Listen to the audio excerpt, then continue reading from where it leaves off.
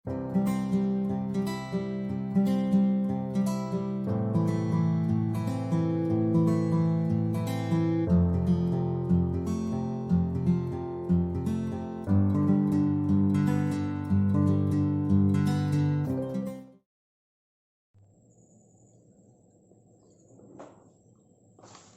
Good morning વિદ્યાર્થી મિત્રો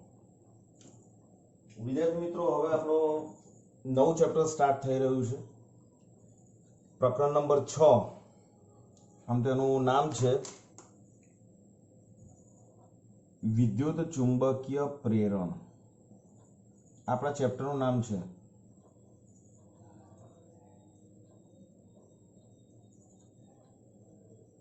બરાબર. અને ઇંગ્લિશમાં મિત્રો એને કહીએ છીએ આપણે ઇલેક્ટ્રો મેગ્નેટિક ઇન્ડક્શન.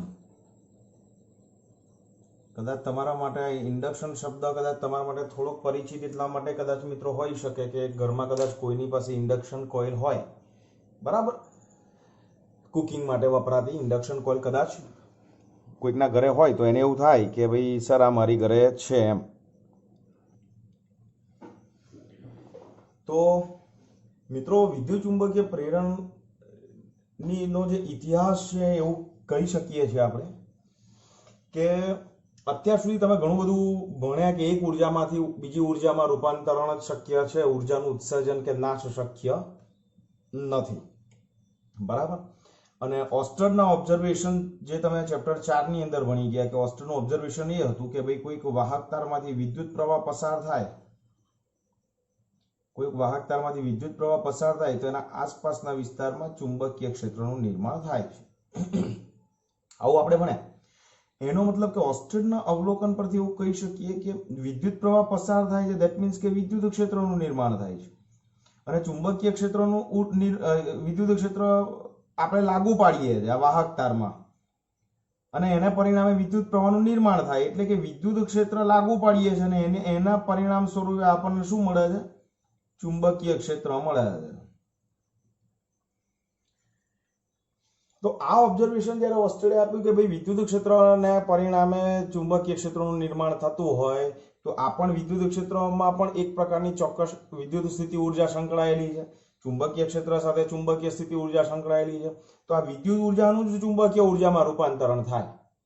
મિત્રો સાયન્ટિસ્ટ છે ને એ પર્સનાલિટી એવી હોય છે કે એ એબનોર્મલ કઈ સેન્સમાં હોઈ શકે? They are extra ordinary thinkers. આપણી જેમ ઓર્ડિનરી થિંકર્સ નતા એ લોકો. હા, એમને શું થાય કે આપણને તો કહી દીધું ઓસ્ટ્રેલિયા ભાઈ વિદ્યુત ક્ષેત્રને માંથી ચુંબકીય ક્ષેત્રનું નિર્માણ થાય, વિદ્યુત પ્રવાહ પસાર કરો વાહક તારમાંથી એટલે ચુંબકીય ક્ષેત્રનું નિર્માણ થઈ જાય એટલે આપણે એક્સેપ્ટ કરી લીધું, એક્ઝામમાં પૂછાઈ જાય લખી નાખવાનું, 1 માર્ક મળી જાય એટલે આપણે આનંદમાં. પણ મિત્રો આ જે સાયન્ટિસ્ટ છે એમાં ફેરેડે છે એને સૌથી પહેલા એવો વિચાર આવ્યો, એને ને હેનરીને. હિસ્ટ્રી એવું કહે છે કે આ ઉર્જા છે, આ ઉર્જા છે, તો આ ઉર્જામાંથી આ ઉર્જામાં રૂપાંતરણ થાય એટલે કે વિદ્યુત ક્ષેત્રમાંથી ચુંબકીય ક્ષેત્રનું નિર્માણ થાય. તો શું ચુંબકીય ક્ષેત્રમાંથી વિદ્યુત ક્ષેત્રનું નિર્માણ ના થાય? અને આ સંશોધન પાછળ એ લોકો લાગી ગયા. એમને લોજિકલી એમના મગજની અંદર, એમના બ્રેનની અંદર એક કોન્સેપ્ટ બહુ ક્લિયર હતો કે ઉર્જાનું પરસ્પર રૂપાંતરણ થાય તો રૂપાંતરણ આ ઉર્જામાંથી આ ઉર્જામાં થયું તો આ ઉર્જામાંથી આ ઉર્જામાં થવું જોઈએ. સમજ્યા તમે? આપણને એવો વિચાર ના આવે, સફરજન પડ્યું તો આપણને તો ખાઈ લઈએ, પણ ન્યૂટનને વિચાર કેમ પડ્યું, ચલો કારણો શોધીએ. બસ એક્ઝેક્ટલી એ રીતે જ વિદ્યુત ક્ષેત્ર છે એમાંથી ચુંબકીય ક્ષેત્રનું નિર્માણ થયું તો ચુંબકીય ક્ષેત્રમાંથી વિદ્યુત ક્ષેત્રનું નિર્માણ થાય કે નહીં? આવો વિચાર માઇકલ ફેરાડેને સૌથી પહેલા આવી ગયો. ક્લિયર? માઇકલ ફેરાડેના વિચાર આવી ગયો 1830 ની અંદર. 1830 ની અંદર માઇકલ ફેરાડેના વિચાર આવી ગયો. અને યુએસએ ના સાયન્ટિસ્ટ છે જોસેફ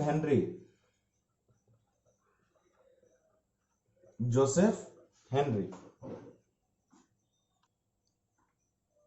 તો આ બંને સાયન્ટિસ્ટોએ જે એક્સપેરિમેન્ટ કર્યા એ બંને એક્સપેરિમેન્ટના જે નિષ્કર્ષ છે હું દરેક એક્સપેરિમેન્ટની સાથે સાથે નિષ્કર્ષ પણ લખતો જઈશ, રાઈટ?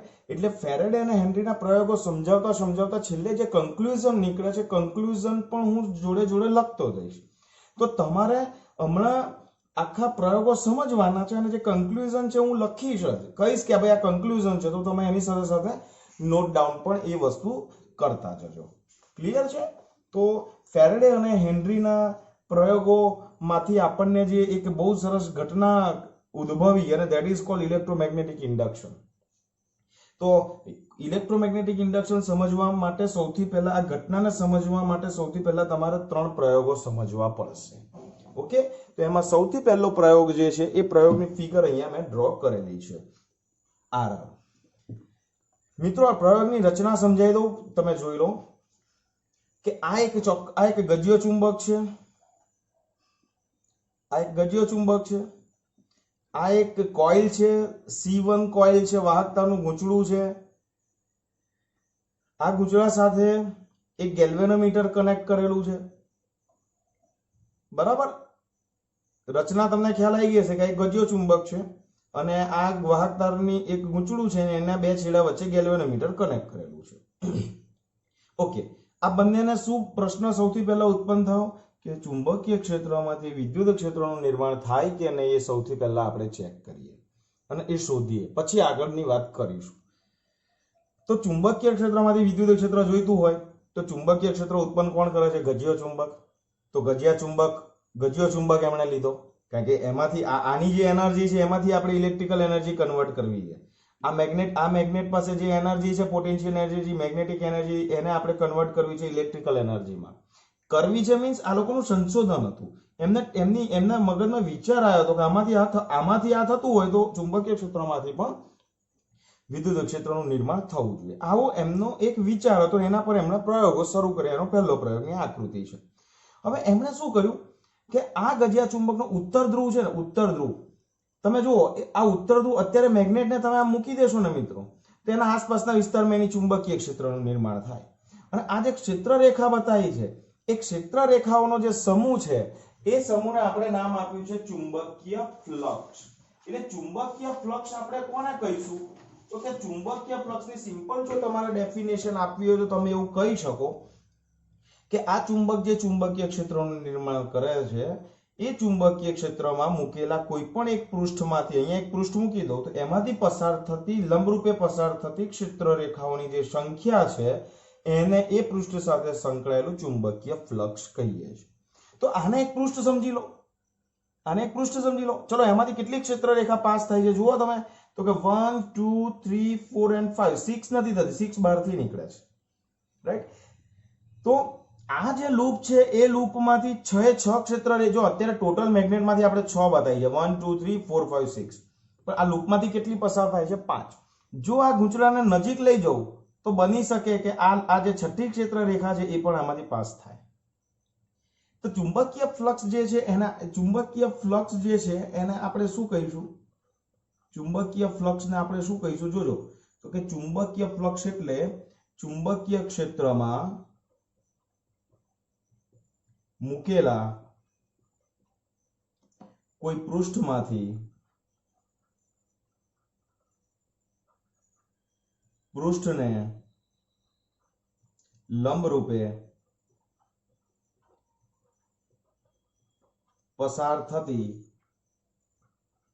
ચુંબકીય ક્ષેત્ર રેખાઓની સંખ્યાને તે પૃષ્ઠ સાથે સંકળાયેલ ચુંબકીય ફ્લક્સ કહે છે. આ ચુંબકીય ફ્લક્સની સિમ્પલ ડેફિનેશન છે. આ ફ્લક્સનો કોન્સેપ્ટ કેમ વધારે ઝડપથી ક્લિયર કરાવું છું? કારણ કે ફ્લક્સને જ આની સાથે રિલેશન છે. હવે તમે જોજો, સૌથી પહેલા આણે શું કર્યું? આ ગજ્યા ચુંબકના ઉત્તર ધ્રુવને ગૂંચળાની નજીક લઈ ગયા. તો ગજ્યા ચુંબકના ઉત્તર ધ્રુવને આ જે લૂપ છે ગૂંચળાની નજીક લઈ ગયા તો ગેલ્વેનોમીટર કોઈ એક તરફ આવર્તન બતાવે છે. કોણ આવર્તન બતાવે છે? ઉદાહરણ સમજાવું છું. ચલો અહીંયા ધ્યાન આપજો. સપોઝ ઉત્તર ધ્રુવ છે, એને ગૂંચળાની નજીક લઈ ગયા, ગૂંચળાના ચુંબકના ઉત્તર ધ્રુવને ગૂંચળાની નજીક લઈ ગયા. તો આ ગેલ્વેનોમીટરનો જે કોણાવર્તન છે ને એ સપોઝ લેફ્ટ સાઈડ થાય છે, તો એને ઓબ્ઝર્વ કર્યું કે ઉત્તર ધ્રુવને આ જે લૂપ છે એની નજીક લઈ જઈએ છે તો આ જે ગેલ્વેનોમીટર છે કોણાવર્તન બતાવે. હવે ગેલ્વેનોમીટર છે એ તો વિદ્યુત પ્રવાહની હાજરી નોંધે છે. ક્લિયર થયું? તો વિદ્યુત પ્રવાહની જો હાજરી નોંધતો હોય તો એનો મતલબ એ છે કે એમાંથી આ ગૂંચળામાંથી પ્રવાહ પસાર થાય છે. એ હકીકત એ ક્લિયર થઈ ગયું.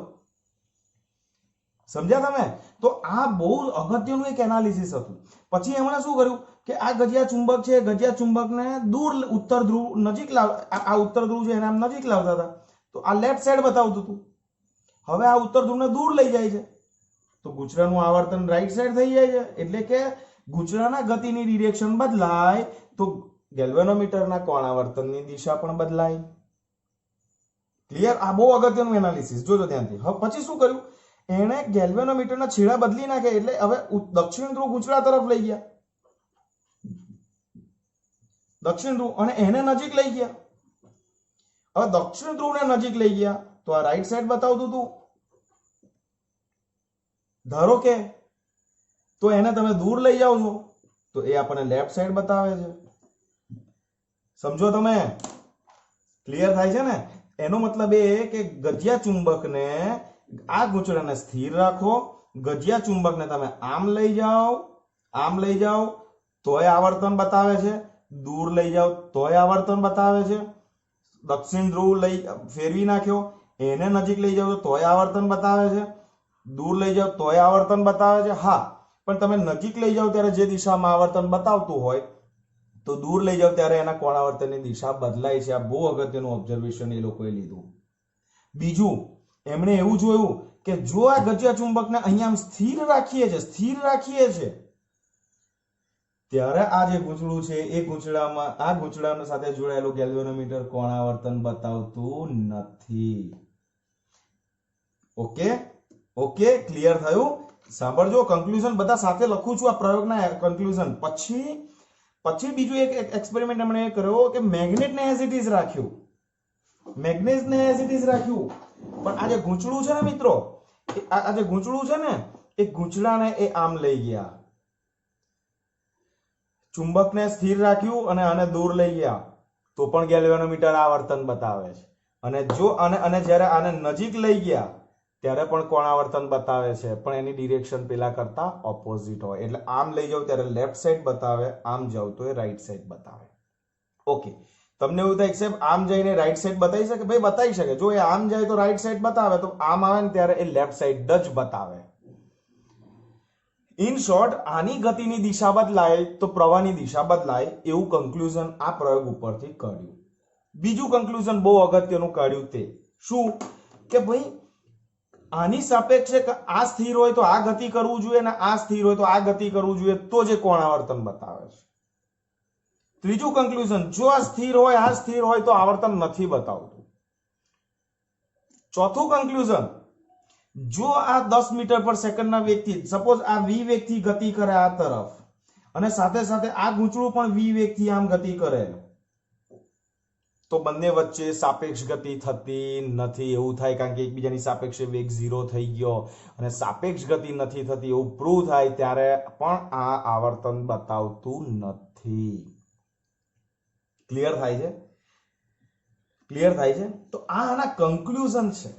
સમજ્યા? આ પ્રયોગ ઉપરથી કન્ક્લુઝન શું નીકળ્યા? તો આ પ્રયોગ પરથી હું કન્ક્લુઝન બતાવું. તમને પ્રશ્ન એવો પૂછે, ભાઈ ફેરેડે અને હેનરીના પ્રયોગોનું કન્ક્લુઝન જણાવો, તો 3 પ્રયોગો છે એના કન્ક્લુઝન આપણે સ્ટેપ બાય સ્ટેપ જોઈએ છે. તો આ પ્રયોગના કન્ક્લુઝન હું લખું છું જેથી તમને ખબર પડે. રાઈટ? કન્ક્લુઝન, અથવા તો એને ગુજરાતીમાં આપણે કહીશું નિષ્કર્ષ. તો જે હમણાં ચર્ચા કરી એને શબ્દ આપું છું, તમે જુઓ કે ચુંબક અને ગૂંચળા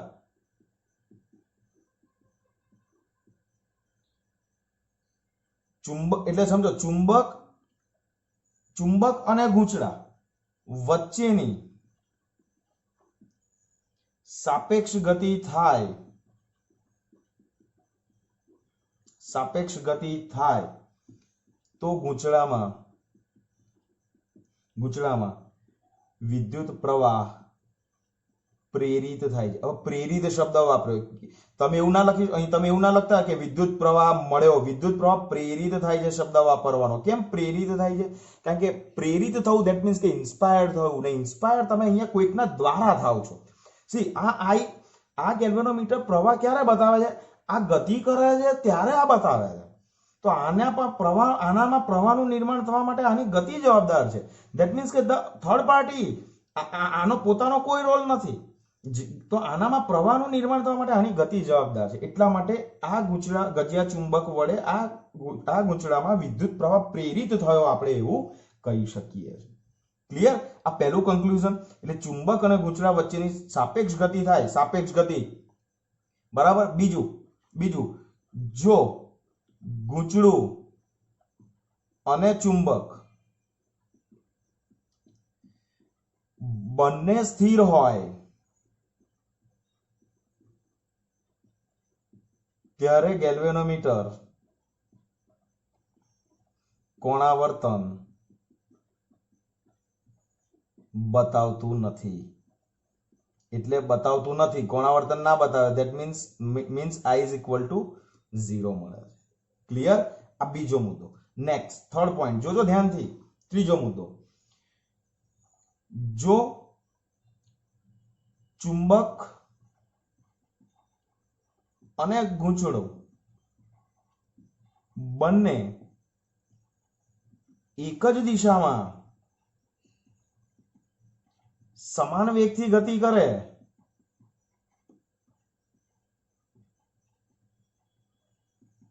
ત્યારે સાપેક્ષ વેગ 0 થાય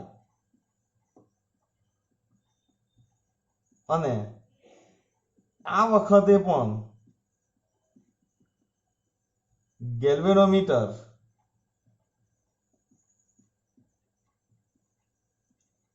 આવર્તન બતાવે છે. બરાબર ને? બતાવતું નથી. Fine, very good. કોણ બોલ્યું બતાવતું નથી? વેરી ગુડ, ફાઇન, બતાવતું નથી. ક્લિયર? બીજો બહુ અગત્યનો મુદ્દો જોજો ધ્યાનથી. લાલ પેનથી નિષ્કર્ષ લખું છું.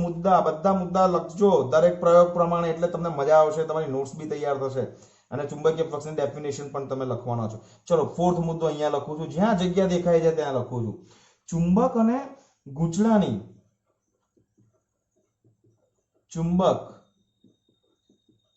ગૂંચળાની સાપેક્ષ ગતિની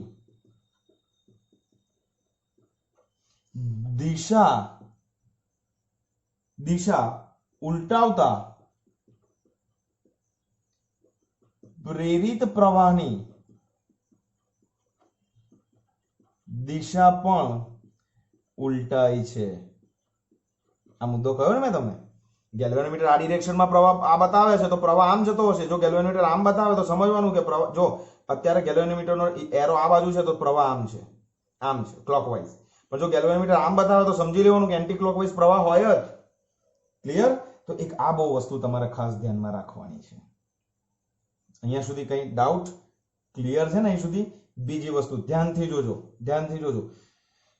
આને સ્થિર રાખ્યું અને ગેલ્વેનોમીટરનો વેગ v છે ત્યારે આમાં કંઈક આવર્તન બતાવે છે. પણ જો ગજિયા ચુંબકની ગતિની ઝડપ જે છે એ ઝડપ જો બમણી કરી દેવામાં આવે તો કોણાવર્તન પણ બમણું થાય છે. ધેટ મીન્સ કે પ્રવાહ પણ બમણો થાય છે. સમજ્યા? એટલે પાંચમો મુદ્દો જે છે એ અહીંયા લખું છું. ધ્યાનથી જોજો કે ચુંબક અને ગૂંચળા વચ્ચેની સાપેક્ષ ગતિ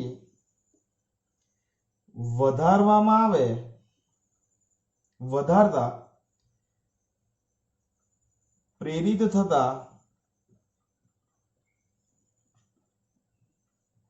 પ્રવાહનું મૂલ્ય પણ વધે છે. મિત્રો, આટલા આ એક્સપેરિમેન્ટ પરથી નિષ્કર્ષ મળ્યા. તમને પૂછાય ફેરેડે અને હેનરીના પ્રયોગોના નિષ્કર્ષના 4 તારણો જવા, તો 5 તો મેં તમને અહીંયા જ આપી દીધા. ક્લિયર? હવે જો બહુ જ અગત્યનું, તમને એવું થાય સર આમાં એવું તો આ સાહેબ આ પ્રેક્ટિકલી આ બધું થયું. સમજ્યા તમે?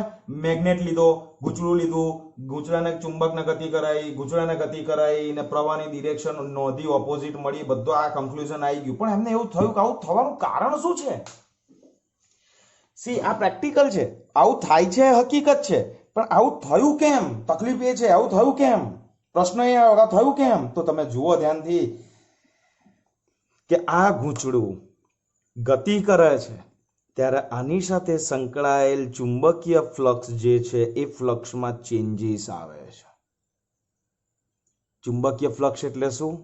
તો આ રહી એની ડેફિનેશન કે ચુંબકીય ક્ષેત્રમાં મૂકેલા કોઈ પણ પૃષ્ઠમાંથી પૃષ્ઠને લંબ રૂપે પસાર થતી ચુંબકીય ક્ષેત્ર રેખાઓની જે સંખ્યા છે એને પૃષ્ઠ સાથે સંકળાયેલ ચુંબકીય ફ્લક્સ કહેવાય. તમે જુઓ સી અત્યારે આ મેગ્નેટ અહીંયા છે કેટલી ક્ષેત્ર રેખા પાસ થાય છે? એમાંથી 5 થાય છે. હવે તમે વિચાર કરો કે આને હું દૂર લઈ જઈશ તો 4 જ થશે ને કે 3 થશે કે 2 થશે? ઘટશે ને, આમાંથી પસાર થતી ક્ષેત્ર રેખાઓની સંખ્યા ઘટશે.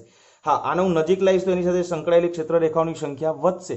એનો મતલબ એ કે તમે જુઓ દરેકે દરેક કેસની અંદર જે આ ત્યારે જ વિદ્યુત પ્રવાહ પ્રેરિત કરશે, આ ગૂંચળામાં ત્યારે જ વિદ્યુત પ્રવાહ પ્રેરિત થશે જ્યારે આની સાથે સંકળાયેલા ચુંબકીય ફ્લક્સમાં ફેરફાર થશે. ચલો જુઓ, ચુંબક અને ગૂંચળા વચ્ચેની સાપેક્ષ ગતિ થાય તો પ્રવાહ પ્રેરિત થાય. જો ગૂંચળું ને ચુંબક બંને સ્થિર હોય, ચલો બંને સ્થિર હોય તો આની સાથે સંકળાયેલ ચુંબકીય ક્ષેત્રની સંખ્યા કોન્સ્ટન્ટ છે અને એક ક્ષેત્ર રેખાઓની સંખ્યામાં કોઈ ચેન્જીસ નથી થતો તો કોણાવર્તન નહીં બતાવે, તો કોણાવર્તન બતાવતું નથી. આ રહ્યું.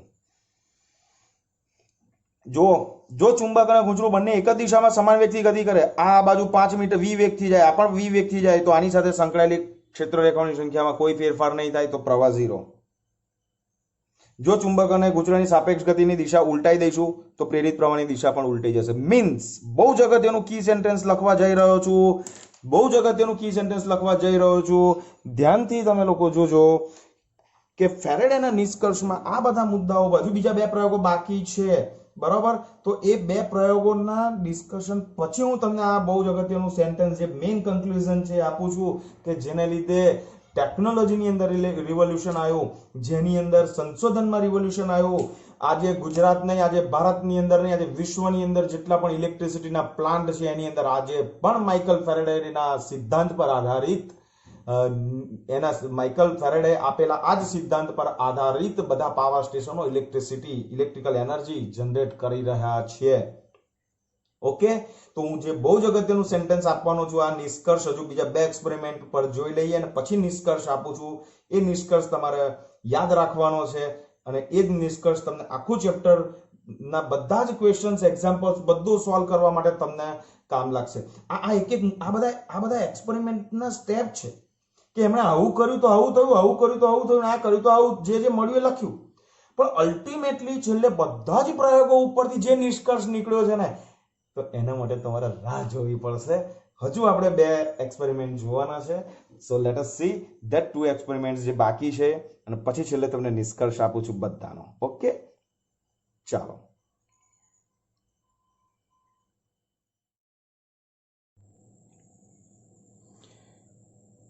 વિદ્યાર્થી મિત્રો, પ્રયોગ 2 ની આકૃતિ તમે જોઈ રહ્યા છો. પ્રયોગ 1 અને પ્રયોગ 2 ની જે આકૃતિમાં કોઈ ફરક નથી. પેલામાં મેગ્નેટને આપણે તો અલ્ટિમેટ ગોલ શું હતો આ લોકોનો, ફેરાડે સાહેબનો અને માનનીય ફેરાડેજી અને માનનીય હેનરીજીનો જે ગોલ હતો શું હતો કે આપણે કોઈ પણ હિસાબે ઇલેક્ટ્રિકલ એનર્જી જોઈએ છે. From where? તો કે મેગ્નેટિક એનર્જીમાંથી. તો આપણે ગજ્યો ચુંબક લીધો. કેમ? કારણ કે આપણે ચુંબકીય ક્ષેત્રમાંથી વિદ્યુત ક્ષેત્રનું નિર્માણ કરવાનું હતું. એટલે એ પ્રયોગ પત્યા પછી એમને થયું કે ચુંબકીય ક્ષેત્ર એકલો ગજ્યો ચુંબક થોડો પેદા કરે છે. આ એક ગૂંચળું છે કે જેની સાથે બેટરી કનેક્ટ કરી દીધી, તો એક ગૂંચળાની જગ્યાએ એમણે એક બીજું ગૂંચળું, એક ગજ્યો ચુંબક કાઢીને એમણે એક બીજું ગૂંચળું મૂકી દીધું અને ધીસ ઇઝ કોઇલ 2, ગૂંચળું 2, અને ધીસ ઇઝ કોઇલ 1. આ એઝ ઇટ ઇઝ રાખ્યો પાર્ટ, એમાં કોઈ ચેન્જ ના કરો, ખાલી ગજ્યો ચુંબક કાઢીને આ સિસ્ટમ મૂકી દીધી. મિત્રો, આ શું છે એ તમે જુઓ ધ્યાનથી. આ શું છે તો કે એક વાહકતાનું ગૂંચળું છે જેની સાથે બેટરી કનેક્ટ કરેલી છે, બરાબર? અને આ બેટરી કનેક્ટ કર્યા પછી આપણે તો આ ગૂંચળાની અંદર પ્રવાહ પસાર થાય. સી આ પોઝિટિવ ટર્મિનલ છે તો આ પ્રવાહ પસાર થયો તો મેં ચુંબકીય ક્ષેત્રનું નિર્માણ થયું. એ ચુંબકીય ક્ષેત્રની ક્ષેત્ર રેખાઓ આ રહી, આ જે દેખાય છે ને બધી તમને, આ બધી ફૂલદાનીઓની ફૂલ જેવી, આ ફૂલદાનીઓની ફૂલ જેવી છે ને મિત્રો, એ બધી ક્ષેત્ર રેખાઓ છે, ચુંબકીય ક્ષેત્ર રેખાઓ છે. તો જો આની ક્ષેત્ર રેખાઓ આની સાથે છે, આની ક્ષેત્ર રેખા પેદા કોણ કરે છે? આ કરે છે ગૂંચળું. આ ચુંબકીય ક્ષેત્ર રેખાઓ કોની છે? આ ગૂંચળાની છે અને એને મૂક્યું છે આની બાજુમાં. તો આની પોતાની ક્ષેત્ર રેખાઓ પણ જો એમાંથી કઈ ક્ષેત્ર રેખા આમાંથી પાસ થાય. તો જુઓ આ કોઇલ C1 ગૂંચળું, એક C1 ગૂંચળું છે, એમાંથી કેટલી ક્ષેત્ર રેખા પાસ થાય? 1, 2 3 4 એન્ડ 5 આ 5 ક્ષેત્ર રેખા પસાર થાય. આ નથી થતી, આ નથી થતી ને આ નથી થતી. ક્લિયર? 5 થાય. હવે શું કર્યું એમણે, તમે જોજો, ગજિયા ચુંબકની જગ્યાએ આને લઈને એક્સપેરિમેન્ટ ચાલુ કર્યા. શું એક્સપેરિમેન્ટ કર્યા? તો કે આને નજીક લઈ જાઓ તોય આવર્તન બતાવે, આને દૂર લઈ જાઓ તોય આવર્તન બતાવે. આને સ્થિર રાખો, આ C1 ગૂંચળાને C2 ની નજીક લઈ જાઓ તોય આવર્તન બતાવે, C1 ને દૂર લઈ જાઓ તોય આવર્તન બતાવે. પણ યાદ રાખજો, આને સ્થિર રાખો છો, આને સ્થિર રાખો છો, C2 નજીક જાય તો આ લેફ્ટ સાઈડ પર બતાવે, C2 દૂર જાય તો આ રાઈટ સાઈડ પર જ બતાવે. આને સ્થિર રાખો, આ ગૂંચળાને તમે નજીક લઈ જાઓ તો આ લેફ્ટ સાઈડ પર બતાવે, તો આને દૂર લઈ જાઓ તો આ રાઈટ સાઈડ પર બતાવે. ક્લિયર? એટલે કોણાવર્તન બતાવે છે, આમાં પણ બતાવે છે. બીજું, આ બંનેની વચ્ચેની સાપેક્ષ ગતિ નથી કરાવતા. ધારો કે આ બંને વચ્ચે સાપેક્ષ ગતિ ધારો કે નથી થતી, તો ગેલ્વેનોમીટર આવર્તન બતાવતું નથી. એટલે એક નિષ્કર્ષ પર તો એ આવી જ ગયા કે આ બે ગૂંચળા વચ્ચે જો સાપેક્ષ ગતિ થાય, એ ગૂંચળાઓની વચ્ચેની જે સાપેક્ષ ગતિ છે, આ બે ગૂંચળા વચ્ચેની જે સાપેક્ષ ગતિ છે, આપણે લખી શકીએ આ પ્રયોગ ઉપરથી કે બંને આ એક્સપેરિમેન્ટનું ડિસ્ક્રિપ્શન હું જે બોલ્યો છું સમજી ગયા છો તમે. ગજિયા ચુંબકની જગ્યાએ ખાલી એક ગૂંચળું લીધું કે એ પણ ચુંબકીય ક્ષેત્રનું નિર્માણ કરે છે. તો આ જે પ્રયોગની ટેક્સ્ટ બુકની અંદર પેજ નંબર 205 ઉપર તમને આ એક્સપેરિમેન્ટનું ડિસ્ક્રિપ્શન આપ્યું છે, તમે વાંચજો. જે મેં ડિસ્કસ કર્યું છે તે જ છે. ક્લિયર? એટલે એક વસ્તુ છેલ્લે કન્ક્લુઝન આ પ્રયોગ પરથી એવું કહી શકીએ છીએ કે ભાઈ બંને ગૂંચળા છે એ ગૂંચળાઓની જે સાપેક્ષ ગતિ છે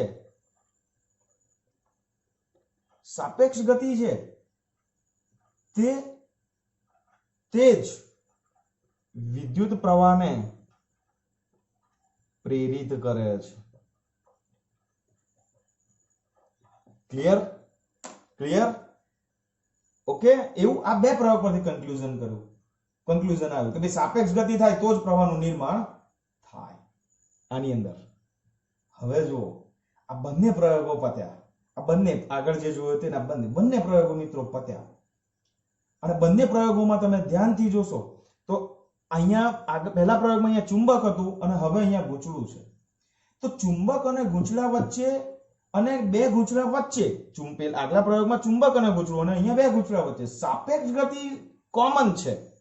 આમાં પણ બંને વચ્ચે સાપેક્ષ ગતિ જવાબદાર છે, પેલામાં પણ સાપેક્ષ ગતિ જવાબદાર છે. એટલે આની અંદર શું જવાબદાર છે? કોમન શું છે? સાપેક્ષ ગતિ જવાબ કોમન છે બંને પ્રયોગમાં.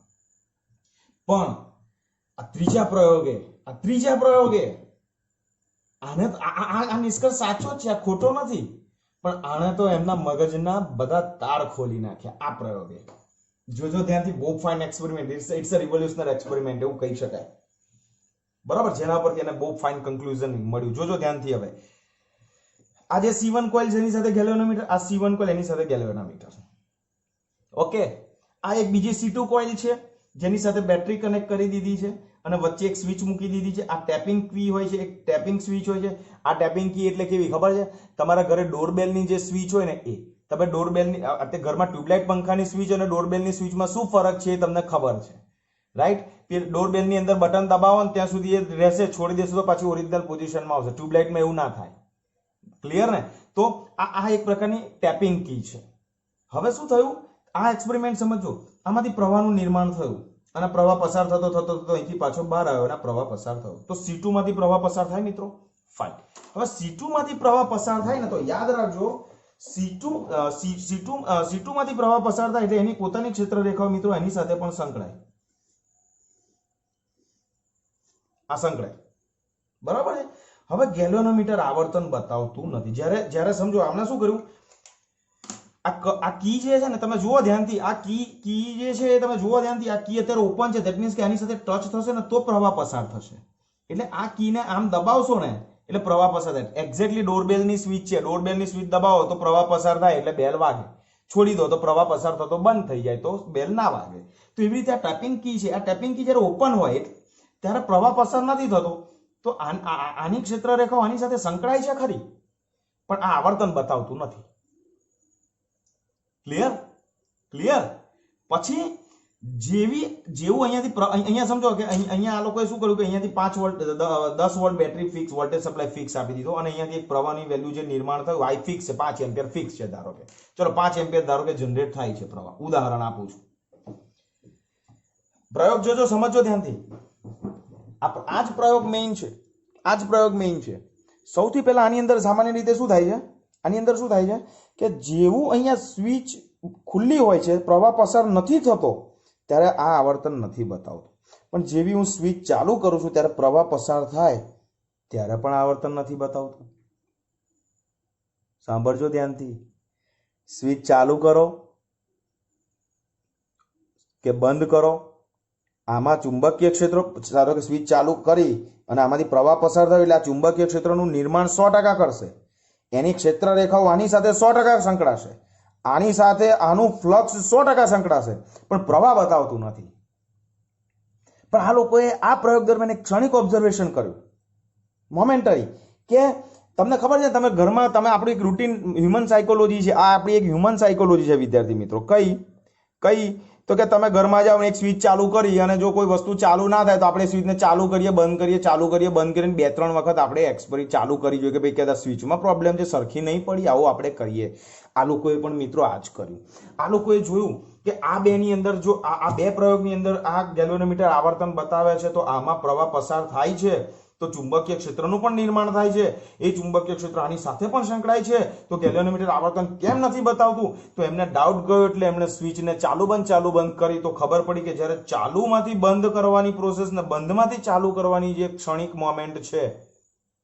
કારણ કે પ્રવાહ જ્યારે જો સ્વિચ એક કામ કરો સ્વિચ બંધ હોય ને ત્યારે પ્રવાહ 0 હોય અને સ્વિચ ચાલુ હોય ને ત્યારે પ્રવાહ I હોય એટલે બંધમાંથી ચાલુ થાય ને ત્યારે પ્રવાહ 0 માંથી I થાય અને ચાલુમાંથી બંધ થાય ત્યારે પ્રવાહ I માંથી 0 થાય મિત્રો ક્લિયર તો એ વખતે આ ગેલ્વેનોમીટર ક્ષણિક આવર્તન બતાવતું હતું સ્વિચ ચાલુ બંધ કરે તો આમ થતું હતું આ ગેલ્વેનોમીટર છે આ એનો કાંટો છે જેવો ચાલુમાંથી બંધ કરે તો આવું થાય તો એનો મતલબ એ કે જ્યારે પ્રવાહ પસાર થાય છે ત્યારે કેમ ચુંબકીય ક્ષેત્રનું નિર્માણ નથી થતું કારણ કે એ વખતે આમાંથી સ્થિર વિદ્યુત પ્રવાહ પસાર થાય છે અને સ્થિર વિદ્યુત પ્રવાહ એટલે એવો પ્રવાહ કે જેનું મૂલ્ય સમયની સાપેક્ષે બદલાય નહીં અને I જો અચળ હોય તો B પણ અચળ હોય અને B અચળ હોય તો ચુંબકીય ક્ષેત્ર રેખાની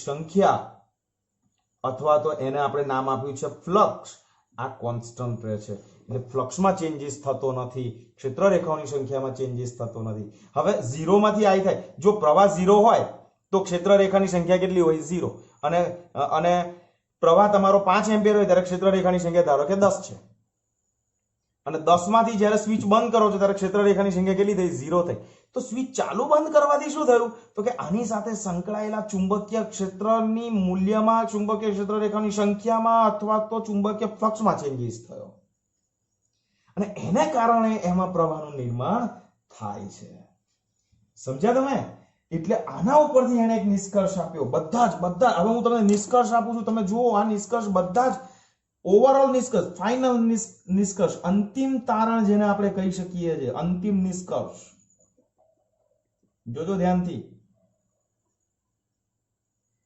ગૂંચળામાં વિદ્યુત પ્રવાહ પ્રેરિત થવા માટે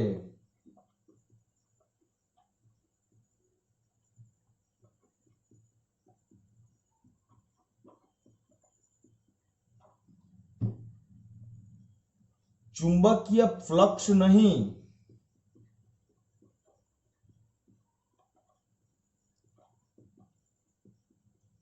પરંતુ ચુંબકીય ફ્લક્સ માં થતા ફેરફારો જરૂરી છે સમજ્યા તમે સમજ્યા આમાંથી અહીંયા પ્રવાહ પસાર કર્યો એટલે આમાંથી 5 એમ્પિયર પ્રવાહ પસાર થયો તો કંઈક ચુંબકીય ક્ષેત્રનું નિર્માણ થયું કંઈક ક્ષેત્ર રેખાઓ જનરેટ થઈ એ ક્ષેત્ર રેખાઓ આમાંથી પાસ પણ થઈ 5 થઈ પણ આને તમે દૂર લઈ જાઓ ત્યારે આની સાથે સંકળાયેલી ક્ષેત્ર રેખાઓની સંખ્યામાં ઘટાડો થાય એટલે કે ફ્લક્સમાં ફેરફાર થાય એટલે આવર્તન બતાવે. આને નજીક લાવો તો આની સાથે સંકળાયેલી ક્ષેત્ર રેખાઓની સંખ્યામાં વધારો થાય તો ફ્લક્સ વધે તો આવર્તન બતાવે. પણ આ સ્થિર તો આની સાથે ફ્લક્સ તો સંકળાય જ છે, પણ આની સાથે સંકળાયેલા ફ્લક્સમાં ચેન્જીસ નથી થતો, અને ધેટ ઇઝ વાય આની સાથે સંકળાયેલા ફ્લક્સમાં ચેન્જીસ નથી થતો તો પ્રવાહ નહીં મળે. સમજ્યા તમે? ક્લિયર થાય છે? એટલે ફાઇનલ કન્ક્લુઝન એને આપી બધા પ્રયોગો ઉપરથી કે ગજ્યો ચુંબક ગતિ કરશે તો આની સાથે સંકળાયેલા ચુંબકીય ફ્લક્સમાં ફેરફાર થશે તો આવર્તન બતાવશે. પણ જેવો ગજ્યો ચુંબક ઊભો રહી જાય, દાખલા તરીકે ગજ્યો ચુંબક આમ ગતિ કરતો કરતો જતો હતો અને એ ઊભો રહી ગયો તો આની સાથે સંકળાયેલું ફ્લક્સ કોન્સ્ટન્ટ થઈ જાય, બદલાશે નહીં, અને નહીં બદલાય તો આવર્તન નહીં આવે, તો પ્રવાહનું નિર્માણ નહીં થાય. ધેટ મીન્સ કે બેટરીની જરૂર જ નથી. તમે સમજ્યા? પહેલા એક્સપેરિમેન્ટમાં અહીંયા આપણે જે બેટરી જોડી એની જરૂર જ નથી આપણને. સમજ્યા? તો આ બધા પ્રેક્ટિકલ આ પ્રયોગો ઉપરથી છેલ્લે કન્ક્લુઝન એવું આપ્યું કે આ વાહક તાર જે છે, આ વાહક તારનું ગૂંચળું છે, એમાં વિદ્યુત પ્રવાહ પ્રેરિત થવા માટે ચુંબકીય એની સાથે સંકળાયેલા ચુંબકીય ફ્લક્સમાં ફેરફાર થવા જરૂરી છે. And if the magnetic flux which is connected to the coil, if it is going to be changed, then the current, the induction જે પ્રેરિત થાય છે, જે ઘટના ઊભી થાય છે એ અહીંયા આપણને મળશે મિત્રો. તો યાદ રાખો, એકમાં પ્રવાહ પસાર થાય, એકમાં પ્રવાહ પસાર થાય, એની ક્ષેત્ર રેખાઓ બીજા સાથે સંકળાય, બીજાનામાં સાથે સંકળાયેલી ક્ષેત્ર રેખાઓમાં ચેન્જીસ આવે તો વિદ્યુત પ્રવાહનું નિર્માણ થાય. બરાબર? અને વિદ્યુત પ્રવાહ પ્રેરિત થવાની જે ઘટના છે એ ઘટનાને નામ આપી દીધું આપણે વિદ્યુત ચુંબકીય પ્રેરણ. તો હું તમને હવે ડેફિનેશન આપું છું વિદ્યુત ચુંબકીય પ્રેરણની. જોજો કે બદલાતા જતા ચુંબકીય ક્ષેત્ર ને કારણે વાહકમાં કે કોઈ બંધ પરિપથમાં, આ પરિપથ જ થયો ને એક પ્રકારનો બંધ પરિપથમાં વિદ્યુત પ્રવાહ, હવે સમજો આમાં પ્રવાહ પ્રેરિત થયો, આમાં પ્રવાહ પ્રેરિત થયો. હવે કોઈ પણ વાહક તારમાં દાખલા તરીકે કોઈ વાહક તાર છે એમાં પ્રવાહ પ્રેરિત થયો તો એની સાથે તમે રેઝિસ્ટન્સ જોડી દેશો, પ્રવાહ જનરેટ થયો અને રેઝિસ્ટન્સ જોડી દેશો તો એની સાથે ઈએમએફ પણ જનરેટ થશે. એટલે ઈએમએફ સ્વાભાવિક છે ને. વિદ્યુત પ્રવાહ એટલે શું? વિદ્યુત પ્રવાહ એટલે શું? મુક્ત ઇલેક્ટ્રોનની ગતિ. હવે વિદ્યુત પ્રવાહનું નિર્માણ થાય, ધેટ મીન્સ કે ઇલેક્ટ્રોનને ગતિ થાય છે. ઇલેક્ટ્રોનની ગતિ તો ત્યારે જ થશે જ્યારે વિદ્યુત ભાર ઉપર કોઈ ચોક્કસ બળ લાગશે, અને એ બળ આપણે ભણી ગયા, ધેટ ઇઝ વિદ્યુત ચાલક બળ. એટલે બદલાતા જતા ચુંબકીય ક્ષેત્રના કારણે વાહકમાં કે કોઈ બંધ પરિપથમાં વિદ્યુત પ્રવાહ અથવા ઈએમએફ પ્રેરિત થવાની જે ઘટના છે એને વિદ્યુત ચુંબકીય પ્રેરણ કહેવામાં આવે છે. કેમ મેં એવું કર્યું ખબર છે? આ નામ પડ્યું, પિક્ચર સ્ટાર્ટ થઈ ત્યારે એનું નામ કેવું પડે? પહેલા એડ આવે કે આનું પ્રોડક્શન અને પછી છેલ્લે પિક્ચરનું નામ આવે, હે ને? એવી રીતે પિક્ચરનું નામ પડી ગયું, આપણા ચેપ્ટરનું નામ પડી ગયું બચ્ચાઓ, વિદ્યુત ચુંબકીય પ્રેરણ. ક્લિયર? તો આઈ હોપ કે તમને એક્સપેરિમેન્ટમાં બહુ મજા આવી હશે. તો તમારે હવે સતત આ ચેપ્ટર દરમિયાન હંમેશા તમારે યાદ રાખવાનું છે કે ઈએમએફ પ્રેરિત થવા માટે કે વિદ્યુત પ્રવાહ પ્રેરિત થવા માટે કે વિદ્યુત ચુંબકીય પ્રેરણની ઘટના માટે કોઈ પણ બંધ પરિપથ સાથે સંકળાયેલ ચુંબકીય ફ્લક્સમાં ફેરફાર થવો જરૂરી છે. અને જો એની સાથે સંકળાયેલા ચુંબકીય ફ્લક્સમાં ફેરફાર થાય તો તમારે સમજી લેવાનું કે ત્યાં આગળ ઈએમએફ જનરેટ થાય એટલે થાય જ. ક્લિયર અહીં સુધી? ફાઇન. તો આટલી વસ્તુ ખાસ તમારે ધ્યાનમાં રાખવાની છે અને એનો નિષ્કર્ષ તમારે યાદ, અંતિમ નિષ્કર્ષ. તો પેલા જે 5 મુદ્દા મેં તમને પહેલા પ્રયોગ પછી આપ્યા, બીજા પ્રયોગની અંદર આ વસ્તુ આમ તો પેલાની અંદર આવી જ ગઈ છે, પણ આ બે ગૂંચળાની સાપેક્ષે છે, રાઈટ? તો એ પણ લખી લેજો. એની અંદર આ 6થો પોઈન્ટ, વાંધો નથી. અને આ વસ્તુ તમે ખાસ એની અંદર લખજો. આના નિષ્કર્ષની અંદર તો એક જ વસ્તુ કોમન છે, આ પ્રયોગની અંદર તો ખાલી એ લોકોએ એટલું જ એક્સપેરિમેન્ટ આના પરથી નિષ્કર્ષ કાઢ્યો કે ભાઈ ફાઇનલ નિષ્કર્ષ જે છે ને, આ ફાઇનલ નિષ્કર્ષ એ આના પરથી આવ્યો. કારણ કે આમાં તો સાપેક્ષ ગતિ થતી જ નથી. જો આમાં કોઈની ગતિ નહીં થતી, છતાંય ઈએમએફ પ્રેરિત થાય છે આની અંદર. તો એ પ્રેરિત થવાનું કારણ શું છે? તો કે સ્વિચ ચાલુ બંધ કરીએ છીએ એટલે આની સાથે સંકળાયેલો ચુંબકીય ક્ષેત્ર મેક્સિમમ ઝીરો થાય છે. એટલે આની સાથે સંકળાયેલું ફ્લક્સ મેક્સિમમ ઝીરો થાય છે. એટલે ઈએમએફ પ્રેરિત થાય છે. ક્લિયર? તો આ રીતે આખું એનાલિસિસ મિત્રો નીકળ્યું. હા, એને એ પણ જો આ કી છે ને, કી એને આમ દાબી રાખીએ ને, આ કી જે છે ને, આ કીને તમે એને દાબી પણ રાખી, કન્ટિન્યુઅસ દાબી રાખી, તો કન્ટિન્યુઅસ 5 એમ્પિયર પ્રવાહ પસાર થયો. તો એ વખતે આ આવર્તન બતાવતું નહોતું. એ ક્યારે ક્ષણિક આવર્તન બતાવે? સ્વિચ ચાલુ બંધ કરો ત્યારે. ચાલુ બંધ કરો ધેટ મીન્સ કે ફ્લક્સ મિનિમમ મેક્સિમમ થયા કરે તો ચેન્જીસ, એનો મતલબ કે ફ્લક્સમાં ચેન્જીસ થાય છે. અને ફ્લક્સમાં ચેન્જીસ થાય તો તમારે મિત્રો સમજી લેવાનું કે ત્યાં આગળ ઇલેક્ટ્રોમેગ્નેટિક ઇન્ડક્શનની જે ઘટના છે એ પ્રેરિત થાય અને થાય જ. ઓકે, તો હવે આના પછી ફેરેડેનો આપણે એક એવો નિયમ હવે આના પછી નેક્સ્ટ વિડીયોમાં ભણવાના છીએ કે નેક્સ્ટ વિડીયોમાં તમને આ મળશે કે આ ઈએમએફ પ્રેરિત થાય કરું તો ઈએમએફ કેટલું પ્રેરિત થાય, એનું મૂલ્ય કેટલું. તો એનો નિષ્કર્ષ એ જે ઇક્વેશન છે એ માઇકલ ફેરેડે આપ્યો. પણ એના માટે એને આ બધા પ્રયોગોના નિષ્કર્ષ પરથી એક બહુ સરસ ઇક્વેશન આપણને આપ્યું છે. અને એ ઇક્વેશન આપણે ભણીશું ત્યારે એના એક્ઝામ્પલ પણ આપણે સાથે જોવાના છે. અને JEE નીટની અંદર ફેરેડેના જે ઇક્વેશન્સ આપણે તારવવાના છે એના ઉપરના એમસીક્યુઝ અને ગુજકેટની અંદર એના પરના એમસીક્યુઝ પૂછાવાની સંભાવનાઓ ઘણી હોય છે. લગભગ દર વખતે કોઈક ને કોઈક ક્વેશ્ચન્સ આની અંદરથી આવતો હોય છે. બરાબર? સો આઈ હોપ કે યુ વિલ એન્જોય. તમે એન્જોય કર્યું જ હશે એવું માનું છું. તો સરસ નોટ્સ ડાઉન કરી લેજો. ટાઇટલ ખાલી તમારે આપવાનું છે. શું આપવાનું છે? ફેરેડે અને હેનરીના પ્રયોગોનો નિષ્કર્ષ. આની મેથડ લખવાની જરૂર નથી, પણ મેથડ વાંચજો. આકૃતિ ક્લિયર છે, નિષ્કર્ષ મેં સમજાયો, મેં તમને એની શું એ લોકોએ પ્રોસિજર કરી પ્રયોગમાં એમને શું નિષ્કર્ષ મળે એની ચર્ચા આપણે કરી છે. તો ડેફિનેટલી તમને મજા આવશે. ટેક્સ્ટબુકની અંદર એની ટોટલ ડિટેલ્સ એકવાર રીડ કરી લેજો. It's my humble request to all of you that કે તમે વાંચી લેજો એકવાર. Right? It is given on page number 205 and 206. Okay, so take care, stay safe, stay connected with your family. મળીએ. જય શ્રી કૃષ્ણ.